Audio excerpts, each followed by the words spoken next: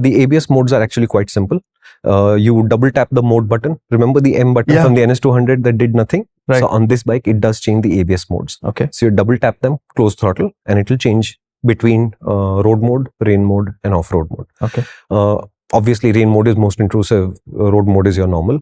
Off-road mode is very interesting. The example they gave is, let's say you're going uphill in relatively loose conditions. You're not off-roading. It's just how India is. Correct.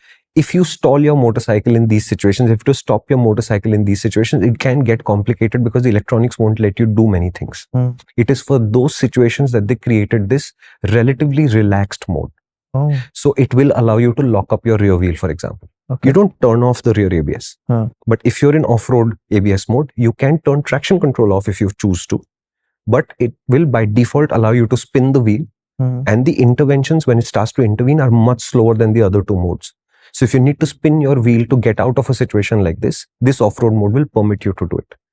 I wish they hadn't called it off-road mode because it paints the wrong picture because how we associate the idea of off-road mode. But I think fundamentally it's a good idea. The technicality of, oh, I got stuck, now I need to switch the mode and all of this, I don't know whether most riders will have the presence of mind to do it until they learn to do it. But I didn't get this. Like, let's say I'm going uphill. Yeah. It's loose surface. Yeah. I come to a standstill. Yeah. How does the off-road mode help me? So no, on the way out, you can switch off traction control in off-road mode and allow the wheel to spin to get out. Off-road mode is still okay. Has one. Okay. Two, when you're trying to slow down, it does let you lock up the rear wheel. Okay.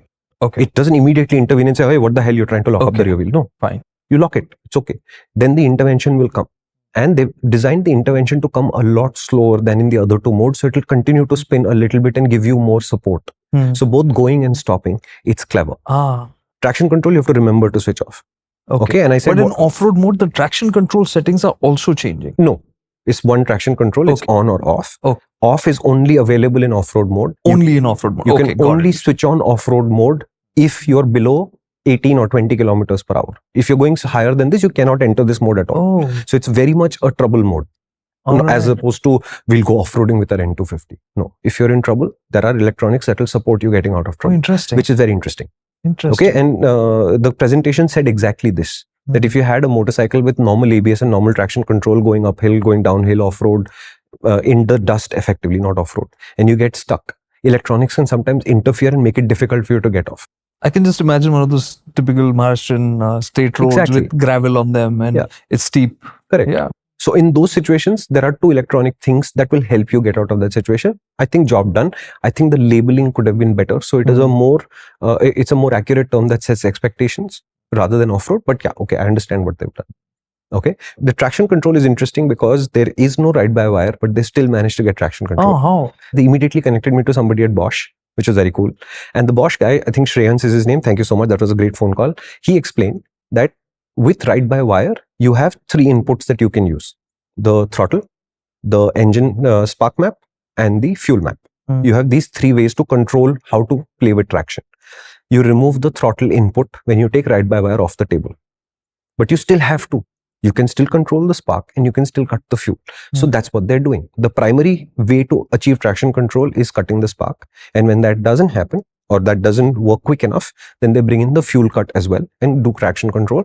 Honestly, I didn't trigger it enough for me to tell you it's great or not. But what I've read about it seems it is smooth enough. The interesting thing he told me is, if you wanted to build the same system for a much faster bike without traction, without ride-by-wire, then you would be in trouble. Because then the traction control would feel like it is working too slowly and therefore interrupting your flow.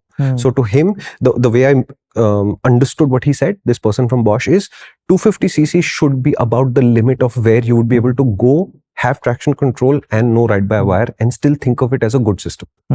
You wouldn't go beyond this. So if the NS400 has traction control, it should have ride-by-wire. If it doesn't have ride-by-wire and has traction control, then based on this conversation, it will probably be a crude feeling traction control. We'll see. Understood. Yeah. But do you need traction control in the 250cc class on a gentle commuter style motorcycle? In the rains, maybe it'll help. On an everyday basis, unless you're a terrible rider, it shouldn't help. If you're a terrible rider and it protects you from harm, fair enough. Wet roads, I think it would be helpful. Wet roads, it would be helpful.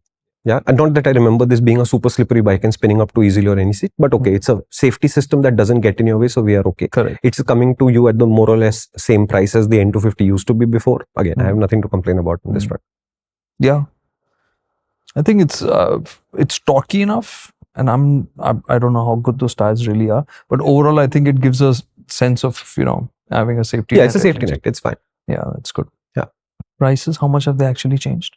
I think this is more expensive by 1,000 rupees or 1,500 rupees or something. It's not really a massive change in price. Yeah. Again, remember they're trying to raise the value quotient. If that comes with an increase in price, then they've basically shot themselves in the foot again. So fair enough. 1,000 is negligible. Yeah, it's a very small price rise. So we are okay. Okay. This clip is actually from a much longer video, which is on our main channel, which is called MotorInc. Why don't you visit us there? This idea in more detail over there with my great friend Karthikeya Singhi. You like him, right?